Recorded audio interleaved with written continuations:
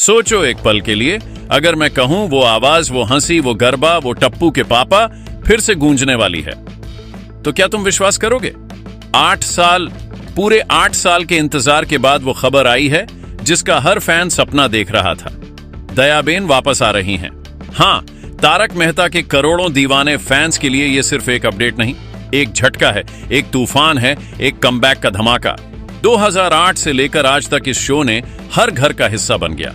जेठालाल की परेशानियां हमारी बन गईं और दयाबेन की मस्ती ने हम सबको हंसाते हुए रुला दिया। लेकिन अब सवाल यह है, क्या वो पहली जैसी दयाबेन वापस आएंगी? क्या जेठालाल और दया के मिलने से गोकुलधाम फिर से हिलेगा, या फिर ये कमबैक कुछ ऐसा मोड़ लेकर आएगा जिसके बारे में किसी ने सोचा भी नहीं?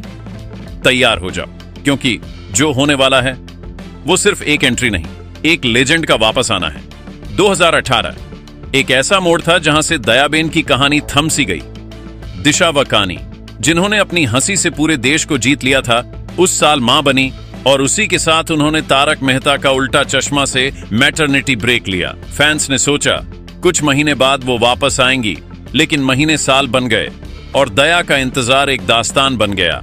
किसी ने कहा उन्होंने वापसी के लिए RS 1.5 लाख पर एपिसोड मांगे, किसी ने कहा सिर्फ 3 घंटे शूटिंग का टाइम चाहिए, और कुछ लोगों ने तो यह भी कहा कि उन्होंने सेट पर अपने बच्चे के लिए नर्सरी तक की शर्त रखी।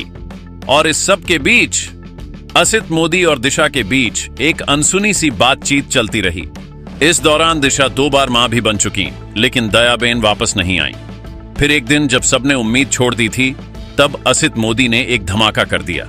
उन्होंने कहा अब दयाबेन के वापस आने की तैयारी पूरी हो चुकी है। पर सवाल यही है, क्या यह सच में उनकी एंट्री का वक्त है, या फिर यह सिर्फ एक और वादा? और अब वो अपडेट जिसका सबको इंतजार था। असित मोदी ने खुद ये तस्दीक किया है, उनकी टीम अब दयाबेन के कमबैक पर काम कर रही है।